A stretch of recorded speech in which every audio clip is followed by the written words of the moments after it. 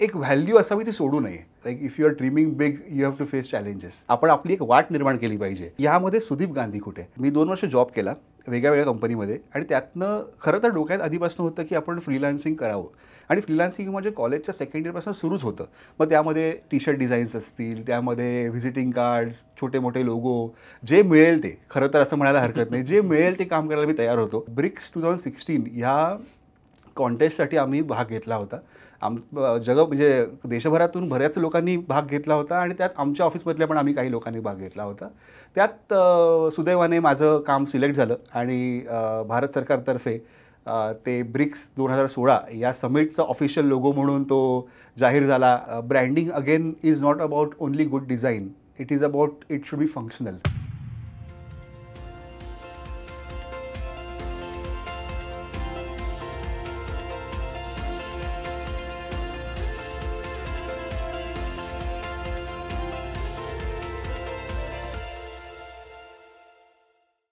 हाय, hello, नमस्कार, राम राम. डॉमिनिक्स प्रस्तुत उद्योजक कट्ट्यावर तुमचं स्वागत. मी अजय कौटिकवार. आपलं पॅशन असलेल्या क्षेत्रात काम करायला मिळणं हे फार तसं दुर्मिळ. अशी दुर्मिळ संधी ज्याला मिळाली असे गेस्ट आज आपल्या कट्ट्यावर आहेत. सुदीप गांधी. सुदीप हा ब्रँड डिझायनर आहे, त्याचबरोबर कॅलिग्राफर आहे. देश विदेशात अतिशय उत्तम काम, उत्तम प्रोजेक्ट्स त्याने केलेत आणि एक स्वतःचं जग विश्व निर्माण केलं आहे. त्याच विषयी आपण बोलणार आहोत सुदीपसोबत. सुदीप, तुझं स्वागत उद्योजक कट्ट्यावर. Thank you so much. धन्यवाद. कॅलिग्राफी आणि हे खूप तसं नवं विश्व आहे, खूप वेगळ्या प्रकारचं आहे ते. आणि त्याच कॅलिग्राफी शब्द हे भांडवल धरून तू एक तुझं विश्व तयार केलं आहे.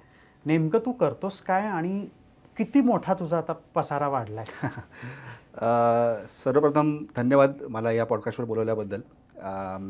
कॅलिग्राफी या विषयाबद्दल बोलायचं झालं तर पसारा किती वाढला आहे हे सांगण्यापेक्षा यातलं शिकायला खूप मिळतं आहे आणि नवीन नवीन अक्षरातनं नवीन नवीन जोडाक्षरं ही उलगडत जात आहेत असं म्हणता येईल. तशीच नव्या प्रोजेक्ट्समधनं नवीन माणसं जोडत चालली आहेत. सो त्यामुळे मी स्वतः एक ब्रँड डिझायनर आहे, कॅलिग्राफर आहे. सो गेले 10 वर्ष या क्षेत्रात मी कार्यरत आहे. रचना संसद कॉलेज ऑफ अप्लाइड आर्टमधून मी माझी कमर्शियल आर्टची डिग्री ही मिळवली आणि त्यासोबतच कॅलिग्राफी हा विषय त्यामध्ये हा होताच माझ्या शिक्षणामध्ये. आणि ओव्हरऑल ग्राफिक डिझाईन, ॲडव्हर्टायझिंग हे शिकताना कॅलिग्राफी अक्षरांकडे हा कल माझा वाढत गेला. आणि इनफॅक्ट खरं तर सांगायचं म्हटलं तर रचना संसद जॉईन करण्याच्या आधीच जेव्हा 2008 साली कॅलिफेस्ट नावाचं एक प्रदर्शन जे स्कूल ऑफ आर्टमध्ये झालं होतं, तेव्हा मी अच्युत पालव सरांना पहिल्यांदा कॅलिग्राफीचं प्रात्यक्षिक देताना बघितलं. त्यावरती त्यांनी एका सायकलवरनं एक स्ट्रोक असा मारला होता आणि माझं असं होतं की हे काय आहे, हे काहीतरी वेगळं आहे.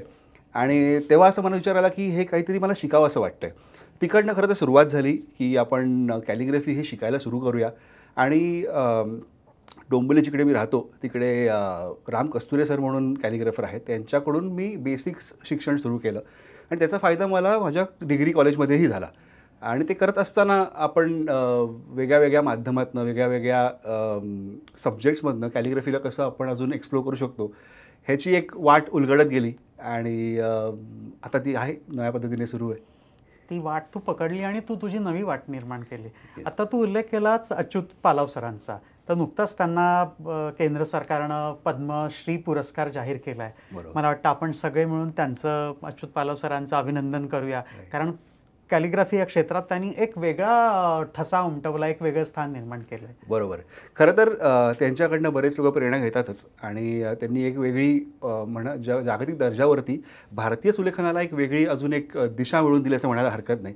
त्यासोबत आमच्यासारखे अनेक जे अक्षरांकडे, कॅलिग्राफीकडे वेगळ्या नजरेने बघतायत, काही करायचं बघतायत, त्यांनाही ते प्रेरणास्रोत आहे. सो त्यांना खरंच एक मानवंदना की त्यांना एक इतक्या मोठ्या लेवल पद्मश्री हे अवॉर्ड मिळालं आहे, विच इज ॲब्सोल्युटली डिझर्विंग. मूळ विषय आला माझ्या प्रवासाचा. तर ह्याच्यात खरं तर जेव्हा कॉलेजमध्ये मी 4th इयरला होतो तेव्हा कसं होतं की आपण बेसिक शिकतो आहे, आपण काही ना काही अक्षरं त्यातनं काढतो आहे, आपण चांगले फॉर्म्स करतो आहे आणि आपल्याला वाटतं आपण खूप छान करत चाललो आहे, आपलं खूप चांगलं आहे कारण आपलं कौतुक होतं आहे, आपले टीचर्स आपलं कौतुक करत आहेत, आपल्याला चांगले अवॉर्ड्स मिळत आहेत कॉलेज लेवलला. म्हणून ते असं काम घेऊन आमच्या 4th इयरला एक विनय सायनेकर सर म्हणून एक शिक्षक आले होते. ते जे जे स्कूल ऑफ आर्ट्सचे रिटायर्ड प्रोफेसर आणि 3 टाइम्स कॅग अवॉर्ड विनर आहेत, कॅग गुरु अवॉर्ड. त्यामुळे ते खूप मोठी व्यक्ती होती अशी आमच्या कॉलेजला आली होती. सो त्यांना मी माझं ते काम दाखवलं की सर असं असं आहे, आणि मी अगदी की आता माझं कौतुक सर करणार अशा उद्देशानेच त्यांच्याकडे गेलो आणि अपेक्षेने गेलो. त्यांनी 15 मिनटं माझं बोलणं ऐकलं, काम बघितलं, सगळ्या गोष्टी बघितल्या. आणि त्या कामामध्ये असं होतं की आपलं काम साधारण कसं असतं की आपण ज्यांच्याकडे शिकतो, ज्यांना आपण त्यांच्याकडे बघतो, त्यांच्या जवळ एक जाईल असं साधारण काम तेव्हा होत होतं. तेव्हा त्यांनी सगळं माझं ऐकल्यानंतर, बघितल्यानंतर मला एकच प्रश्न विचारला की यात सुदीप गांधी कुठे आहे? आणि तेव्हापासून तो प्रश्न मला अजूनही कानात नेहमी पडतो कुठलंही काम करताना, की यामध्ये सुदीप गांधी कुठे आहे? म्हणजे अनेक आपण लोकांना इन्स्पिरेशन म्हणून बघतो, त्यांची कामं बघतो, पण त्यामधनं आपलं काहीतरी वेगळं एक आर्ट फॉर्म, एक स्टाईल क्रिएट करणं, हे मला तेव्हापासून याची महत्त्व कळायला लागलं. आणि मी खूप भाग्यवान समजतो की ते एक प्रवासाच्या सुरुवातीला मला ती एक असा प्रश्न विचारला गेला आणि कळलं की नाही, आपण फक्त फॉलो करून चालणार नाही आहेत, आपण आपली एक वाट निर्माण केली पाहिजे. सो त्यातनं जेव्हा जेव्हा मी एक कॅलिग्राफी एक्सप्लोरेशन असतील, प्रोजेक्ट्स असतील किंवा प्रोएक्टिव्ह प्रोजेक्ट्स असतील, एक उदाहरण द्यायचं झालं तर एक फेस्टिवल आपल्याकडे भारतात खूप आहेत. सो प्रत्येक सणाला आपण आपल्या जीवलगांना विशेष देतो, आपण त्यांचे काही ग्रीटिंग्स पाठवतो. त्या काळात व्हॉट्सॲप इतकं फार यूज नाही व्हायचं. I am talking about 2014. होतं ऑब्व्हियसली, पण ते तितकं यूज नाही व्हायचं. तर मी असा विचार केला की आपण काय करूया, आपण फक्त छान सुलेखन अक्षरात न लिहिता आपण त्याचं एक काही greeting in form of visual करू शकलो तर कसं होईल. आणि ती एक प्रयत्न, एक स्वतःला एक सेल्फ चॅलेंज दिल्यासारखं, प्रत्येक सणावारी काहीतरी वेगळं, म्हणजे ते सण रिपीट होत राहिली पण आपण काहीतरी वेगळं त्यातनं करावं, अशी एक मोहीमच सुरू केली असं म्हणायला हरकत नाही. आणि त्यातनं मग प्रत्येक अक्षरं, त्यांचे फॉर्म्स, त्यांचे ओव्हरऑल त्यातनं मिळणारं एक आनंद, आणि ॲट द सेम टाईम त्या फेस्टिवलशी निगडीत असलेल्या गोष्टी ह्या कशा आपल्याला त्यात इंटिग्रेट करता येतील आणि त्यातनं एक फॉर्म करता येईल. सो कॅलिग्राफीला एक फक्त सुलेखन म्हणून नाही, तर सुलेखन चित्र म्हणून आपण कसं एक फॉर्म क्रिएट करू शकतो, या दृष्टीने विचार सुरू झाला आणि तो प्रवास तेव्हापासून सुरूच आहे. आता तू खूप चांगला मुद्दा मांडलास की तू काय म्हणालास की सर म्हणाले की याच्या सुदीप गांधी कुठे आहे, म्हणजे नेमकं काय, म्हणजे स्वतःचा, म्हणजे आपण जे गुरुकडनं शिकतो तो ठसा छाप तिथे आपल्या कामावर राहते. पण ते न करता आपलं स्वतःचं व्यक्तिमत्व, मग ते कुठलंही क्षेत्र असो, त्याच्यात तुमचं म्हणून काय असतं ते इनपुट देणं हे किती महत्त्वाचं. राईट. कसं होतं, आपण कुठलेही, फॉर एक्झाम्पल आपण सुरुवातीला आपण अक्षर शिकायला घेतो, तर आपण अक्षर त्या पद्धतीने यावं ह्याचं पहिले आपण म्हणजे प्रॅक्टिस सुरू करतो. पण त्यातनं पुढे जाताना आपण ते रूल्स ब्रेक करून आपण स्वतःचं काहीतरी निर्माण करतो. सो त्यामध्ये महत्त्वाचं असं आहे की आपण जर एका कुण्या व्यक्तीला, एका कुण्या कामा किंवा आपण इन्स्पिरेशन म्हणून बघत आहोत, तर आपण त्यांच्या कामापर्यंत पोहोच न जाता त्यांच्याकडनं इन्स्पिरेशन नक्की घ्यावं, चांगलं काय काय बघावं, पण त्यातनं आपलं काहीतरी क्रिएट झालं पाहिजे. म्हणजे माझं अजून एक असं टेडेक्सवरती एक टॉक झाला होता, ज्यावरती माझं टॉपिक होतं create art that defines you. So ज्यामध्ये आपल्याला आपलं काहीतरी, म्हणजे प्रत्येकाचं सब्जेक्टिव्ह असतं हे, म्हणजे व्यक्त करण्याची एक भावना वेगळी असते. सो मला जे माझ्या ट्रेडिशन्सबद्दल, रूट्सबद्दल गोष्टी वाटत गेल्या, ते मी त्या पर्टिक्युलर प्रोजेक्टमधनं, फेस्टिवल ग्रीटिंग्समधनं हे मी मांडत गेलो. आणि त्यातनं एक ट्रेडिशनल येट डिजिटल, कारण आता आपण एक युग बदललं आहे, पूर्णपणे गोष्टी बदलल्या आहेत, त्यामुळे ट्रेडिशनल कॅलिग्राफीचा टच ठेवून आपण कशा वेगळ्या पद्धतीने जे आजच्या ऑडियन्सना, इनफॅक्ट आधीच्याही ऑडियन्स, म्हणजे जे वयोवृद्ध लोक आहेत प्लस जे जेनझी आहेत फॉर एक्झाम्पल, त्यांनाही तितकंच ते भावेल, अशा दृष्टीने आपण माध्यमांचा वापर करून काही करावं असा एक विचार होत गेला. आणि ते गरजेचं ह्याच्यासाठी आहे, कारण आपण कामं करत राहतो, पण समाधान जेव्हा मिळतं, जेव्हा आपण असं वाटतं की हे मी केलं आहे, हे आपण अभिमानाने सांगू शकतो, ते समाधान मिळवण्यासाठी काम करावं असं मला वाटतं. खूप चांगलं आहे की मला काहीतरी वाटतंय, आनंद मिळतो त्यातनं. पण तू जसं म्हणालास की तुझं कॉलेज झाल्यानंतर तू स्वतःची वेगळी वाट निवडली, हे किती अवघड असतं. म्हणजे ब्रेड बटरसाठी पूर्णपणे कॅलिग्राफी, शब्द घेऊन डिझायनिंग, ब्रँडिंग हे घेऊन एक स्वतःची वाट निर्माण करणं. नाही तर नॉर्मली आपण चांगला आर्टिस्ट आहेस, कुठेतरी चांगल्या फर्ममध्ये नोकरी केली असती, पण स्वतःचं करावं हे जोखीम, किंवा असं नाही वाटलं की काय होईल आता, म्हणजे कसं वाटतं? अगदी वाटलं होतं, कारण मी जवळजवळ कॉलेजमधनं पासआउट झालो 2014मध्ये. मी 2 वर्ष जॉब केला वेगळ्या वेगळ्या कंपनीमध्ये, आणि त्यातनं खरं तर डोक्यात आधीपासून होतं की आपण फ्रीलान्सिंग करावं. आणि फ्रीलान्सिंग म्हणजे कॉलेजच्या सेकंड इयरपासून सुरूच होतं. मग त्यामध्ये टी शर्ट डिझाईन्स असतील, त्यामध्ये व्हिजिटिंग कार्ड्स, छोटे मोठे लोगो, जे मिळेल ते, खरं तर असं म्हणायला हरकत नाही, जे मिळेल ते काम करायला मी तयार होतो. आणि त्यातनं म्हणजे बेसिक असं होतं की आपण साठी काहीतरी पॉकेट मनी क्रिएट करावी. आपण एक स्वतःसाठी एक माध्यम क्रिएट करावं आणि आपल्याकडे एक स्किल आहे. असं नाही की आपल्याला काही कॅपिटल इन्व्हेस्टमेंट करायची आणि आपण काहीतरी उभं करणार आहोत. आपल्याकडे स्वतःमध्ये कॅपिटल आहे, ते आपण कुठेतरी गुंतवू आणि आपण त्यातनं काहीतरी जनरेट करू, असा विचार तो सुरू झाला कॉलेजच्या सेकंड इयरपासनं. आणि मग तो कॉलेज पासआउट झाल्यापासनं एक प्रवास सुरू होता. ज्या मी म्हणजे ऑफिसेसमध्ये काम केलं त्यांच्याकडनं भरपूर शिकायला मिळालं की आपण मार्केटमध्ये कशा पद्धतीने काम केलं पाहिजे. एका स्टार्टअप फर्ममध्येही पण मी काम केलं आणि ते करत असताना आम्ही एका त्या फर्ममधून ब्रिक्स 2016 ह्या कॉन्टेस्टसाठी आम्ही भाग घेतला होता. म्हणजे देशभरातून बऱ्याच लोकांनी भाग घेतला होता आणि त्यात आमच्या ऑफिसमधल्या पण आम्ही काही लोकांनी भाग घेतला होता. त्यात सुदैवाने माझं काम सिलेक्ट झालं आणि भारत सरकारतर्फे ते ब्रिक्स 2016 या समिटचा ऑफिशियल लोगो म्हणून तो जाहीर झाला आणि त्यानंतर आदरणीय सुषमाजी स्वराज यांच्या हस्ते सन्मानही झाला दिल्लीला. त्यामुळे त्याच्यानंतर आपण एक त्या वयात असतो की जेव्हा किती एंट्री झाल्या होत्या त्याला? साधारण 1500 का 1600 होत्या रफली. 1500 एंट्रीज नॅशनल लेवलला आल्या आणि ब्रिक्स ही गोव्याला मला वाटतं परिषद झाली. बरोबर. हो, म्हणजे जगभरातले सगळे राष्ट्रप्रमुख तिथे आले होते आणि त्याचा लोगो हा सुदीपनी केला होता. म्हणजे यांनी जो लोगो केला त्याची निवड त्या याच्यासाठी झाली होती. बरोबर. सो तेव्हा तो एक वेगळा म्हणजे एक म्हणता येईल आपल्याला माइलस्टोन इव्हेंट माझ्यासाठी होता. आणि त्यासोबतच तेव्हा विश्वास आला की आपण या संधीचा फायदा घेऊन आपण कुठेतरी स्वतःचं काहीतरी निर्माण करायला बाहेर पडूया. आणि त्यासोबत असं नाही की फक्त तेवढंच आपल्याला काहीतरी एक चांगलं काम झालं आहे चला आपण बाहेर पडूया असा ती वेळ नव्हती.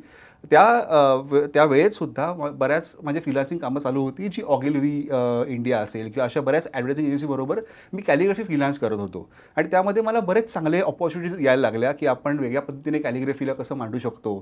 तर ते जेव्हा मला प्रोजेक्ट्स आले, एक तर असा प्रोजेक्ट आला होता की त्या काळात कॅलिग्राफी किंवा टायपोग्राफी हा फक्त लिखाणाचं माध्यम म्हणून बघितला जायचा. म्हणजे एखादं छान व्हिज्युअल घेतलं, फोटोग्राफ घेतला, इलस्ट्रेशन घेतलं, त्याच्याबरोबर आपण सुवाच्य अक्षरात छान काहीतरी एक्सप्रेस केलं आहे. पण कॅलिग्राफी हा मूळ व्हिज्युअल आहे असा फार उपयोग व्हायचा नाही तेव्हा. म्हणजे मे बी परदेशात होत असेल पण भारतात नाही व्हायचा, भारतीय लिपीत नाही व्हायचा.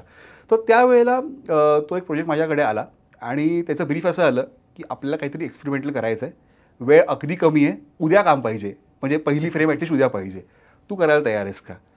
मला म्हणजे अक्षरशः धडकी भरली की एका मोठ्या एजन्सीकडनं आपल्याला असं काम आलं आहे, आपण त्या हातून जाऊ द्यायचं का? आणि तेव्हा विचारलं की नाही आपण करूया, आपण ट्राय करून बघू, काय होईल, फार तर मी फेल होईन त्याच्यात, पण शिकायला मिळेल, काहीतरी एक वेगळ्या टीमबरोबर काम करायला मिळेल. सो तो एक अनुभव होता की आपण ते सुरू झालं. मी म्हटलं की ठीक आहे. आणि त्यांनी असंही सांगितलं आपल्याला की जर तुमचं काम सिलेक्ट झालं तर पेमेंट मिळेल, नाही तर नाही मिळणार. आणि असं होतं की ठीक आहे, आपण त्यातनं एक मार्ग काढू, काहीतरी आपण ॲटलिस्ट आपण काहीतरी शिकायला मिळेल यातनं. म्हणून तो प्रोजेक्ट स्वीकारला आणि थँकफुली त्यांना ते काम खूप आवडलं आणि त्याचे अक्षरशः 12 फ्रेम्स हे आम्ही क्रिएट केले, कारण तो कॅलेंडरचं काम होतं. सो प्रत्येक महिन्याचं एक वेगळं व्हिज्युअल ते आम्ही तयार केलं. त्यामध्ये सब्जेक्ट वेगळे होते, त्यामुळे खूप शिकायला मिळालं. लिटरली क्रिएटिव्ह डिरेक्टर्स जे असतील, त्यांची पूर्ण टीम असेल, कॉपीरायटर्स असतील, ह्यांच्याकडनं की मी असं नेहमी म्हणतो if calligraphy is the body, content is the soul of it. So त्यामध्ये वेबसाईटवर पण तो हे टाकलं. येस, वेबसाईटवरती मी असं लिहितो माझं स्वतःचं डिस्क्रिप्शन म्हणून की I am a designer by profession, calligraphist by soul and an artist as a whole. So त्यामुळे फक्त काम हे डिझाईन म्हणून नाही, तर एक आपल्याला आपलं आत्मिक समाधान मिळावं त्यासाठीही होत असतं. तो अशी कामं वेगळी जनरेट होत गेली आणि नवीन कामांचा उलगडा होत गेला. कॅलिग्राफी म्हणजे आम्हाला असं वाटतं की शब्दांना बोलकं करणं, तू जसं म्हणालास तसं, आणि एक सुंदर करणं. पण तुझ्याशी बोलताना जाणवलं की कॅलिग्राफी हे त्या पलीकडे खूप काही आहे. तर ते म्हणजे काय? ओके, कॅलिग्राफी म्हणजे इन डिस्क्रिप्शन म्हटलं तर आर्ट ऑफ ब्युटिफुल हँडरायटिंग, की आपण सुवाच्य सुअक्षर छान लिहिणं. ह्याचे 2 प्रकार असू शकतात, की एक सुलेखन आणि सुलेखन चित्र. तर ह्यामध्ये प्रकार असा आहे की आपल्या जेव्हा आपलं माध्यम आहे टू कम्युनिकेट, तेव्हा आपण छान अक्षरात लिहावं की साजेच्या अक्षरात लिहावं की ते लोकांना वाचता यावं आणि सुंदर वाटावं. सुलेखन चित्रामध्ये आपण स्वतःला एक्सप्रेस करतो अक्षराच्या माध्यमातून. सो त्यामुळे हे दोन्ही प्रकार मी करतो, ज्याची रिक्वायरमेंट असेल त्याप्रमाणे. की आपल्याला जेव्हा एखादं पेंटिंग करायचं आहे तेव्हा ते फक्त अ आ इ ई उ ऊ आपण किती वेळ लिहिणार, त्याच्यानंतर त्याला काहीतरी भावना आल्या पाहिजे, त्यामध्ये काहीतरी एक्सप्रेशन आलं पाहिजे. सो ह्यातनं काही फॉर्म्स क्रिएट करून मग ते शांती मंत्र असेल किंवा अजून कुठली गाणी असतील, यातनं काही एक वेगळ्या पद्धतीने जे आधी कोणी केलेलं नाही आहे. Again every time whenever I do something एक प्रश्न येतो की where is Sudeep Gandhi. So तो करताना पहिले हा प्रश्न येतो की पहिले मी फक्त बसतो आणि शांतपणे फक्त विचार करतो की आपल्याला यातनं काय साध्य करायचं आहे, विषय काय आहे, आणि मग त्यातनं एक वेगळा विचार करून एक्सप्लोरेशन सुरू होतात. मग ते टूल्स आले, मग ते वेगळी वेगळी मीडियम्स आली, म्हणजे कॅनव्हासेस आली. एक तर असाही प्रोजेक्ट चांगला होता की फॅबर कॅसेलचा जो प्रोजेक्ट होता in collaboration with Indifolio, it's a community. त्यांनी एक आम्हाला ब्रीफ दिलं होतं की तुम्ही कॅनव्हास चेंज करावा, तुम्ही पेपर नाही वापरायचा, तुम्ही कॅनव्हास नाही वापरायचा, तुम्ही काहीतरी वेगळं वापरा कॅनव्हास म्हणून. तर आम्ही एक म्हणजे प्रत्येकाला आपलं आपली चूज करायची संधी होती. त्यामध्ये मी असा विचार केला आणि ब्रीफ असं होतं की असा कॅनव्हास चूज करा जो तुम्हाला रिफ्लेक्ट करेल, तुमची पर्सनॅलिटी रिफ्लेक्ट करेल. सो मी खूप विचार केला की काय करूया आणि एक अचानक रँडमली मला सुचलं की आपण आरशावरती केलं तर, कारण it literally reflects our personality, आपण त्यात दिसतो. मग मला रोज स्वतःला सकाळी काय बघायला आवडेल, मला रोज सकाळी उठल्यावर स्वतःकडे बघताना काय विचार करायला आवडेल. सो काही चांगले थॉट्स, काही चांगले कोट्स हे मी त्या आरशावरती लिहून काढले आणि त्याचं एक कंपोजिशन केलं आणि ते एका एक्झिबिशनमध्ये मांडलं गेलं होतं. सो ह्यातनं एक वेगळा कॅनव्हास, वेगळं एक चॅलेंज एक्सेप्ट करून तोही एक छान एक्सप्रेसिव्ह फॉर्म ऑफ कॅलिग्राफी झाला. तू खूप चांगल्या ब्रँड्सबरोबर काम केलं, म्हणजे कॅडबरी असेल किंवा बिग बाजार असेल, आणखी बऱ्याच ब्रँड. तर काय कसा तुझा अनुभव आहे या सगळ्या मोठ्या नॅशनल इंटरनॅशनल ब्रँडसोबत काम करताना? खूप इंटरेस्टिंग अनुभव आहे, कारण हे कसं होतं आहे आत्ता खूप सांगायला खूप आहे की कॅडबरीबरोबर काम केलं, बिग बाजारबरोबर काम केलं किंवा अनेक वेगळे बँक ऑफ अमेरिकावर काम केलं. पण त्या वयात त्या टप्प्याला हे खूप धाडसी विषय होता, कारण आपल्याला या वयात इतका मोठा ब्रँड आपल्याकडे आलेला आहे, आपली क्षमता आहे की नाही हे आपल्यालाच माहीत नाही. समोरचे आपल्याला म्हणत असतात की तू चांगलं काम करतो आहेस, पण आपण जेव्हा स्वतःकडे बघतो तेव्हा ते असं वाटतं की मी हे करू शकेन का, असा प्रश्न नेहमी पडतो. पण त्याच मोमेंटला मी असा विचार केला की लेट्स ट्राय इट आउट. फार तर काय होईल की नाही होणार, तसा पहिल्या प्रोजेक्टला केला होता. तर तोही कॅडबरीचाही प्रोजेक्ट असो किंवा बिग बाजारचा असो. बिग बाजार वॉज माय फर्स्ट प्रोजेक्ट, ज्यामध्ये मला तो DDB मुद्राबरोबर होता, एजन्सीबरोबर, ज्यामध्ये 12 भारतीय लिप्यांमध्ये त्यांना त्यांचा एक लोगो बनवून पाहिजे होता, जो इंग्लिशमध्ये होताच पण त्यांना 12 भाषांमध्ये करायचा होता. आणि असाच प्रोजेक्ट कॅडबरीचाही आहे.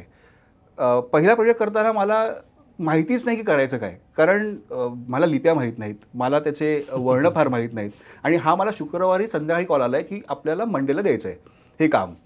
तर त्या वेळेला असं झालं की आपण ट्राय करून बघूया. Obviously guidance of creative directors was there, आणि त्यामध्ये मग मी समजून घेतलं की प्रत्येक भाषेचं वळण कसं आहे, प्रत्येक भाषेचं ग्रामर कसं आहे, प्रत्येक भाषेचं व्हिज्युअल ग्रामर कसं आहे. कारण फक्त आपण ग्रामर किंवा मेकॅनिकल टायपोग्राफी फॉलो करून त्याचं काम चांगलं वाटत नाही. म्हणजे मी जेव्हा एखादी लाईन कुछ अच्छा हो जाए कुछ मीठा हो जाए हे जेव्हा मी हिंदीत वाचतो आणि जेव्हा मी मराठीत वाचतो, जेव्हा मी गुजरातीत वाचतो, तेव्हा ती एका फॅमिलीमधलं वाटलं पाहिजे. त्यामुळे तो एक चॅलेंज होता की आपण हे करता करता शिकणं, लाईव्ह प्रोजेक्टला नवीन काहीतरी शिकणं, नवीन उलगडणं, नवीन प्रॉब्लेम्स फेस करणं, हीच खरं तर सगळ्या प्रोजेक्ट्समध्ये माझी जर्नी राहिलेली आहे. म्हणजे कुठलीही गोष्ट चला मला ही येते, मी आता ही घेतो, अशी सुरुवातीला झाली नाही.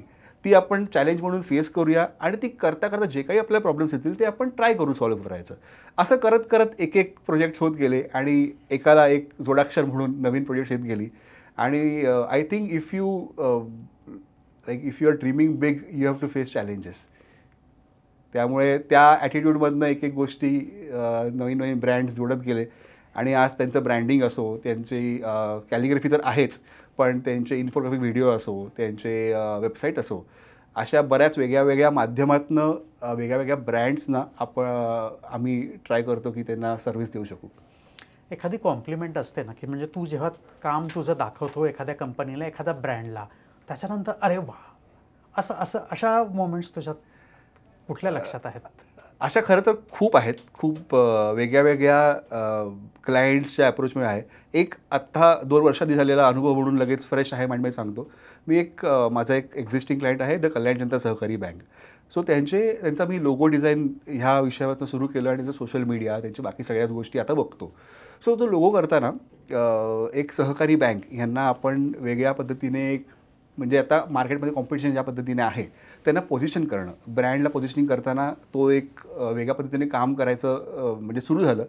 आणि इंटरेस्टिंग विषय होते त्यांच्याबरोबर, खूप लोकांबरोबर, म्हणजे बँकेचे फक्त CEO किंवा अजून कर्मचारी नाही, तर बोर्ड ऑफ डिरेक्टर्सबरोबर पण भेटायची संधी आली, त्यांच्याकडे समजायची संधी आली की त्यांना काय एक्सपेक्टेड आहे बँकेला. म्हणजे आपण इतक्या मोठ्या लेवलला काम करतो तेव्हा फक्त आपण छान डिझाईन करून चालत नाही, ते डिझाईन त्या बँकेच्या पूर्ण इतिहासाला साजेसं पाहिजे, त्यांच्या एका पर्सनॅलिटीला साजेसं पाहिजे. त्याप्रमाणे तो विचार केला आणि त्या प्रोसेसमध्ये खूप म्हणा चॅलेंजेस आले, कन्व्हिन्सिंग आलं, का हे बरोबर आहे, का हे चुकीचं आहे हे सांगणं आलं. अशी पूर्ण टीम, एक कोर टीम म्हणून काम करू त्याच्यावरती. आणि जेव्हा ते काम झालं आणि त्याचा आम्ही बेसिकली एक व्हिडिओ बनवला होता, जो आदरणीय नितीनजी गडकरी यांच्या हस्ते त्या लोगोचं लॉन्च जेव्हा झालं तेव्हा तो प्ले झाला. आणि तो जेव्हा प्ले झाला आणि सगळ्यांचं टाळ्यांचा कडकडाट वाजला, जो सुरू झाला, आणि तेव्हा कर्मचाऱ्यांच्या, बोर्ड ऑफ डिरेक्टर्सच्या सगळ्यांच्या चेहऱ्यावर जे मला हास्य दिसलं, एक आनंद दिसला, दॅट वॉज माय सर्टिफिकेट, की त्यांना काम मनापासून आवडलं आहे. हे सगळ्यात मोठं म्हणजे भाग्य आहे आणि अवॉर्ड आहे असं म्हणता येईल. अगदीच तीच खरी कमाई आहे तुझी. ब्रँडिंग, एखादा लोगो तयार करणं हे छोट्या असो की मोठ्या उद्योजकांसाठी, बिझनेस या सगळ्या लोकांसाठी खूप महत्त्वाचं असतं. हे करताना अजून त्या बाबतीत पाहिजे तेवढा विचार होत नाही की आपला लोगो असावा, त्याच्या मागे काहीतरी अर्थ, मिनिंग असावा. किती महत्त्वाचं आहे जेव्हा ग्रोईंग बिझनेस असतो तुमचा, लोगो करणं, ब्रँडिंग करणं हे किती महत्त्वाचं आहे त्या बिझनेसच्या दृष्टीने. आता तू एवढ्या मोठ्या मोठ्या ब्रँडसोबत काम केलं आहेस म्हणून. खूप इम्पॉर्टंट आहे. Branding again is not about only good design, it is about, it should be functional, की तुम्हाला ते तुमचा लोगो, तुमचं एंटायर ब्रँड लँग्वेज ही तुमच्या कामासाठी, तुमच्या ब्रँडला साजेशी झाली पाहिजे. ती फक्त छान दिसून वर्क होईल ह्याची गॅरंटी नाही. त्यामुळे माझं असं खूप प्रत्येक क्लायंटला मी पहिले इन्फॉर्म करतो किंवा एक एड्युकेट करतो की आपल्याला ब्रँडिंग म्हणजे नक्की काय. तर ब्रँडिंग म्हणजे आपण आपली जी फिलॉसॉफी आहे, आपले जे व्हॅल्यूज आहेत आणि आपला जो बिझनेस जॉनरा आहे तो त्यातनं रिफ्लेक्ट व्हावा असं. आणि त्यातनं ऑब्व्हियसली डिझाईन ॲस्थेटिक्स, त्याच्यासाठी कलर स्कीम्स, त्यातलं कलर पॅलेट, टायपोग्राफी, ह्या सगळ्या गोष्टी आल्या, पण ह्या त्यांना माहीत नसतात. ह्या डिझाईन म्हणून मी बघत असतो. मग त्यांना त्यांच्या भाषेत समजवणं आणि त्यातनं एक असा व्हिज्युअल क्रिएट करणं की जे लोकांच्या लक्षात राहील, तो सहज कुणालाही पेपरवर काढता येईल. आपण जर मोठे मोठ्या कंपनीचे लोगो बघितले, ते असे असतात की आपण पटकन, मी म्हटलं की ह्या अमुक ब्रँडचा लोगो सांगा, तर आपण सांगू शकतो, कारण ते सिम्प्लिफाईड ठेवलेत. सो ब्रँडिंगमध्ये आपलं जे लोगो आहे हा अतिशय सोपा असणं, अतिशय लोकांना अरे हे तर मी पण करू शकतो असं वाटणं म्हणजे आपलं काम चांगलं झालं आहे. कारण ते लोकांना पटकन लक्षात राहतं आणि ते जास्तीत जास्त मीडियमसाठी अप्लाय करता येतं. आपण जर थोडा कॉम्प्लिकेटेड लोगो केला, अर्थात त्या बिझनेसच्या रिक्वायरमेंटप्रमाणे लोगोचे वेगवेगळे प्रकार असतात. प्रत्येकाला सिम्प्लिफाईड लोगो हा सूट होईल असं गरजेचं नाही. आपण जेव्हा एखादं ब्रँडिंगचं प्रोजेक्ट समजा मी घेतो, तर तेव्हा मी एक क्वेश्चनर आहे की आपले 21, 25 किंवा 30 डिपेंडिंग ऑन द ब्रँड, एक क्वेश्चनर क्रिएट करतो. त्यामध्ये त्यांना विचारतो की अशा तुमच्या व्हॅल्यूज आहेत, त्यांचं समजून घेतो ब्रँड, आणि त्यातनं मग की ओके तुमच्या ह्या ब्रँडला ना ही स्टाईल सूट होणार आहे, कारण हे असे त्याचे केस स्टडीज आहेत. सो फक्त मला हे आवडतं, ही माझी स्टाईल आहे म्हणून तुम्हाला सूट होईल असं नाही. माझ्या अगदी विपरीत स्टाईल ही तुमच्या ब्रँडला सूट होऊ शकते आणि ती मी केली पाहिजे. सो हा अप्रोच माझा असतो की माझी स्टाईल असो वा नसो, त्या ब्रँडला ती जर समजा व्यवस्थितपणे पोर्ट्रे करणार असेल आणि क्लायंटलाही ते पटलं पाहिजे की जे मी सांगतो आहे किंवा एक ब्रँडिंगचा जो एक व्हॅल्यूज आहेत ते खरंच पटण्यासारखे आहेत. आणि त्यातनं मग मार्ग काढत फक्त लोगो नाही, तर लोगोचे स्टेशनरी झाली, त्यांची वेबसाईट झाली, त्यांचे कुठलेही इतर मीडियम झाले, आजकाल डिजिटल मीडियम झाले, यावरती ह्याची एक सामूहिक लँग्वेज असावी की आपण आज एक रेड कलर बघितला तर आपल्याला खूप वेगवेगळे ब्रँड सुचतात, पण एखादा ग्राफिकल फॉर्म बघितला तर त्याला कळतं की हां, जरी लोगो नसला तरी हा ह्या ब्रँडचा वाटतो आहे. हे ब्रँडिंगचं यश आहे की आपण कुठल्याही मीडियम्समध्ये एखादा कप ठेवला, एखादा पेन ठेवला, एखादं होर्डिंग बघितलं आहे, तरी त्यातनं मिनिमम व्ह्युअरशिपमध्ये जर तो ब्रँड ओळखू शकत असतील तर द ब्रँडिंग इज सक्सेसफुल. अगदीच. पण या सगळ्या याच्यामुळं ग्राहक मिळवायला मदत होते का एखाद्या ब्रँडला? आणि दुसरा माझा प्रश्न की हे आता असं वाटतं की हे फक्त मोठ्या कंपन्यांसाठी आहे, आमच्यासाठी नाही, किंवा त्याला खूप पैसा लागतो, तर काय तुझं त्याच्यावर? असं अजिबात नाही आहे. मोठ्या कंपनीना ब्रँडिंगची जाण असते, कारण ते त्यातनं गेलेले असतात, त्यांनी त्यांचे फेलियर्स बघितलेले असतात आणि त्यांना कळतं की नाही, आपल्याला आत्ता ब्रँडिंगची खरंच गरज आहे, कारण आपला ब्रँड कुठे वर्क होणार हे कळतं. सुरुवात करताना कदाचित एखाद्या ऑन्टरप्रेनरला, एखाद्या स्टार्टअप फर्मला ते कदाचित जाणवत नसेल की ब्रँडिंग म्हणजे काय. आजकाल आपण एखाद्या अमुक तमुक ब्रँडच्या, कारण आजकाल काय होतं, खूप सेल्फ क्रिएट करणारे प्लॅटफॉर्म्स अवेलेबल आहेत आणि आता तर AI पण आहे की तुम्ही फक्त प्रॉम्प्ट टाकला की तुम्हाला पाहिजे ते होऊ शकतं. अर्थात त्यासाठी प्रॉम्प्ट काय द्यायचं आहे हे कळणं गरजेचं आहे. तसाच क्लायंटला कळणं गरजेचं आहे की ब्रीफ काय द्यावा. त्यामुळे त्या पद्धतीने या गोष्टी होत असतात. ब्रँडिंगबद्दल विषयाचं म्हटलं की असं नाही की छोट्या कंपनींना आपण तेच बजेट देतो जे आपण मोठ्या कंपनीला देतो. छोट्या एखादं मी सांगतो, अगदी एखाद्या चहाची टपरी ह्याचंही मी काम केलेलं आहे आणि एखाद्या बँकेचंही काम केलेलं आहे. त्यामुळे त्यांच्या गरजेनुसार, त्यांच्या व्ह्युअरशिपनुसार आणि पोझिशनिंगनुसार जे बजेट साजेसं असेल ते त्यांना देणं हे असं मला योग्य वाटतं आणि त्याच पद्धतीने काम करतो. त्यामुळे लोकांशी अजूनही जोडून आहे.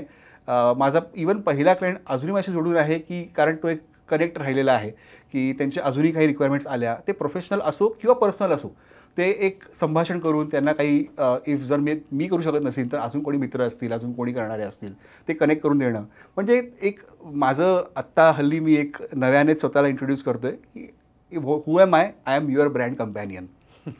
की तुम्हाला ब्रँडिंगबद्दल कुठल्याही गोष्टी लागणार असतील ह्याबद्दल I would like to be your companion, not just a consultant.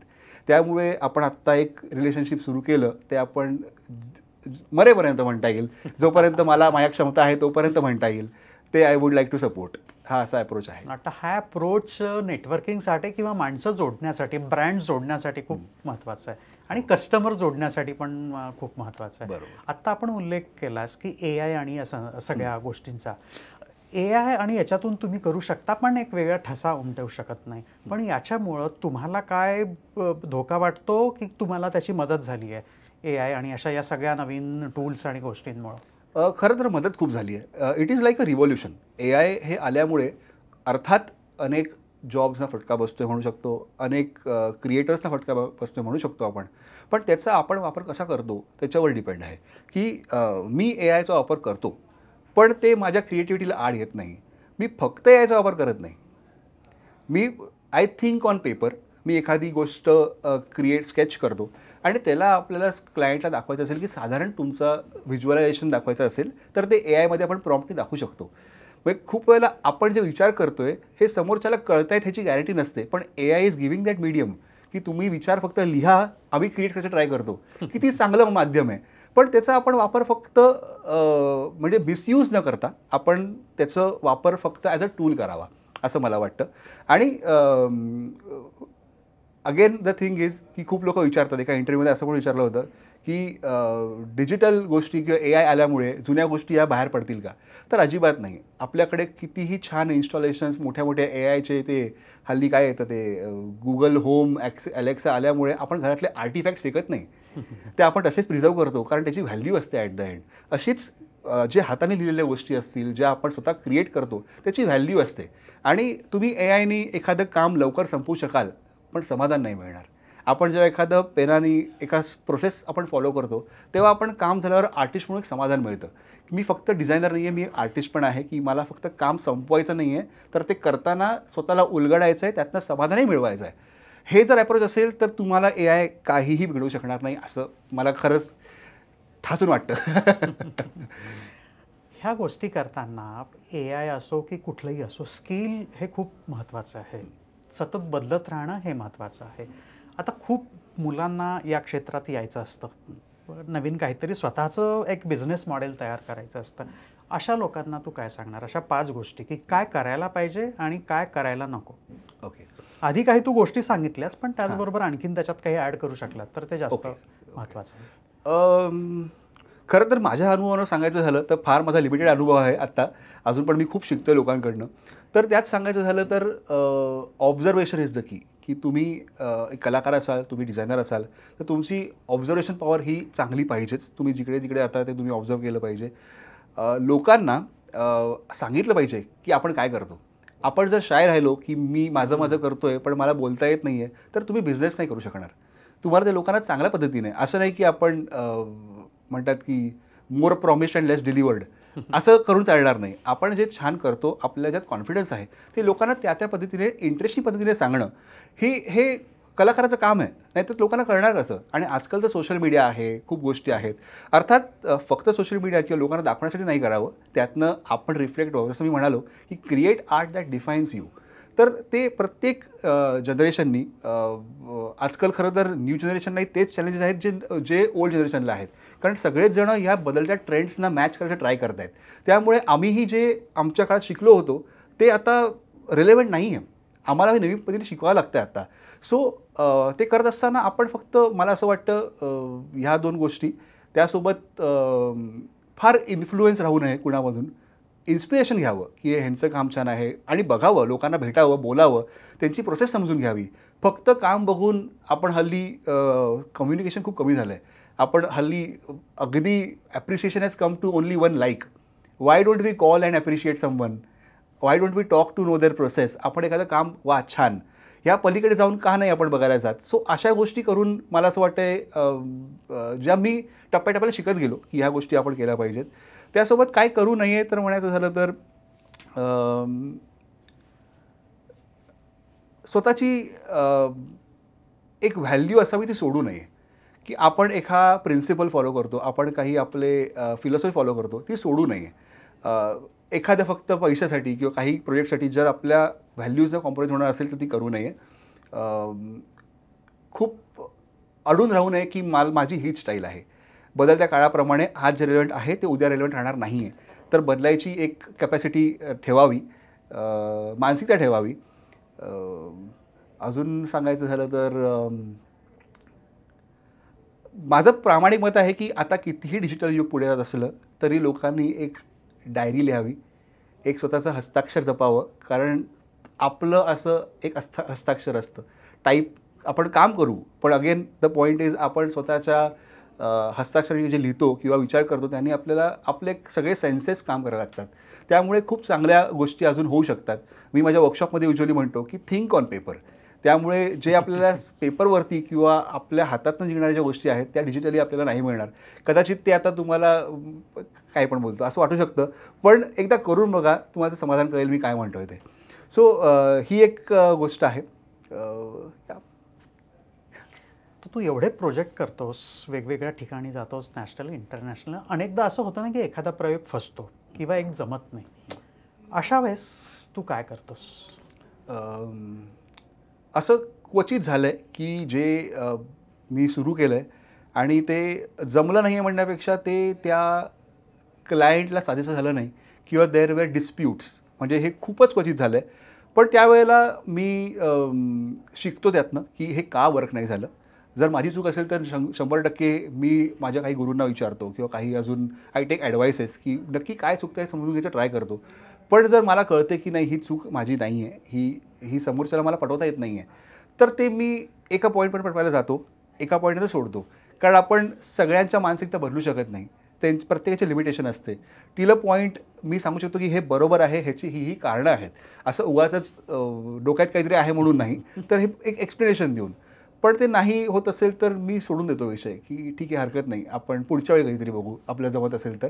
पण त्यावेळेला पण मला असं वाटतं की प्रोफेशनली जमलं नाही आहे ना, प्रोफेशनली बंद करूया. पर्सनली आपण तो तसाच एक रिलेशन ठेवलं पाहिजे. कारण कधी कोण कुणाच्या कामाला येईल आणि शिकता येईल कुणाकडनं हे आपल्याला माहीत नसतं. त्यामुळे तसा एक ॲप्रोच आहे. अगदीच. कधी कोण कोणाच्या कामा येईल काही सांगता येत नाही. त्याच्यासाठी कायम अलर्ट राहणं आणि त्याच्यासाठी जी संधी आहे ते घेण्यासाठी तयार राहणं हे सगळ्यात मला वाटतं महत्त्वाचं आहे. तू आज या उद्योजक कट्ट्यावर काहीतरी चांगलं काहीतरी तुझं एक हे काढून दाखवणार आहेस. येस, नक्की मला आवडेल. इनफॅक्ट मला अजून एक गोष्ट सांगायची होती की ही कारकीर्द ही फार मोठी नाही आहे, ही 10 वर्षाचीच आहे आणि अजून खूप शिकायचं आहे, खूप गोष्टी करायच्या आहेत. पण ह्या मागे सर्व म्हणजे हे होण्यामागचं कारण आहे the support from family, the support from my brothers, sisters आणि ओव्हरऑल सगळेच मित्रपरिवार की ज्यांनी त्या वेळेला ती मदत केली. माझे गुरु ज्यांनी मला त्या वेळेला ते म्हणजे प्रशिक्षण दिलं. जर चुकतंय तर हे नको करू सांगितलंस, जर मला खूप ते रिपिटेटिव्ह काम वाटतं तर तू थांब जरा वेळ, थोड्या वेळ ब्रेक घे, हेही सांगितलं. आणि त्यामुळे त्या टप्प्याला त्या गोष्टी होत गेल्या. एक बॅक सपोर्ट ऑफ फॅमिली होत गेला आणि चांगले प्रोजेक्ट्स चांगले म्हणजे असं पण असतं की समजा आपल्याला एखादी प्रोजेक्ट आला आहे आणि इट इज एक opportunity do not like knock your door twice, like opportunity आली आणि तुम्ही आता रील बघत बसलात तर त्याचा काही फायदा नाही. त्यामुळे आपण आपल्या येणाऱ्या ऑपॉर्च्युनिटीला आपण रेडी राहिलं पाहिजे. आणि ह्याची मानसिक तयारी ही माझ्या फॅमिली सपोर्टमुळे मला मिळाली. त्यासाठी त्यांचे मुळात धन्यवाद की आत्तापर्यंत जिकडे आलो आहे त्या रस्त्यापर्यंत त्यांच्या सपोर्टमुळेच पोचू शकलो आहे. आणि अशी कामं अजून करण्यात मजा येईल. आपण काहीतरी नक्की एक ट्राय करून बघूया आता. तू साऊथ कोरियामध्येच गेला होतास, तिथे तुला एक मोठा अवॉर्ड मिळाला आणि जगभरातले सगळे कॅलिग्राफर्स तिथे आले होते. तर तो पण अनुभव तुला खूप समृद्ध करून गेला. Yes yes. तो ह्याच मागच्या वर्षी मुळात एक नारायण भट्टीदारी सर म्हणून इंडियाचे रिप्रेझेंटेटिव्ह आहेत, जे साऊथ कोरियामध्ये जिगजी एक्झिबिशन म्हणून होतं, ते अनेक वर्ष होतं. तिकडे आम्ही पार्टिसिपेट करतो. ह्या वर्षी भारतातनं बऱ्याच एंट्रीज पाठवल्या गेल्या आणि त्यामध्ये पालव सरांना बेस्ट ऑफ द बेस्ट आणि त्यासोबत निखिल आफळे जे सिनियर कॅलिग्राफर आहेत आणि मला असं मिळून एक एक्सिलन्स इन कॅलिग्राफी असा अवॉर्ड देण्यात आला. आणि त्यामध्ये खरं तर एक अनुभव असा आला की आपण भारतीय लिपींना आपण जगभरात कसं आपण पोर्ट्रे करतो आणि त्यांना किती महत्त्व त्याचं कळतं आहे आणि त्यातनं आपल्या भारतातल्या कॅलिग्राफरांना बक्षीसही मिळतं आहे. सो हा समाधान मला खूप होतं की आपण आपली जी स्टाईल आहे, आपण आपलं जे एक कॅलिग्राफीचा एक अप्रोच आहे तो आपण कुठेतरी जगाच्या एका दुसऱ्या कोपऱ्यात पोहोचवू शकलो आणि त्यातनं आपल्याला एक अवॉर्ड मिळाल्याचं समाधान खूप आहे. आणि ही तर खरं तर सुरुवात आहे असं म्हणता येईल. अगदी ही सुरुवात अशीच वाढत उत्तरोत्तर वर जात राहो आणि याच्यातून अनेक नवीन बिझनेस मॉडेल्स तयार होत, हीच मला वाटतं. तुला शुभेच्छा. आणि सगळ्यांना ज्यांना या क्षेत्रात यायचं आहे आणि काहीतरी करायचं आहे अशा सगळ्यांना मला वाटतं हा पॉडकास्ट खूप उपयोगाचा होईल. धन्यवाद.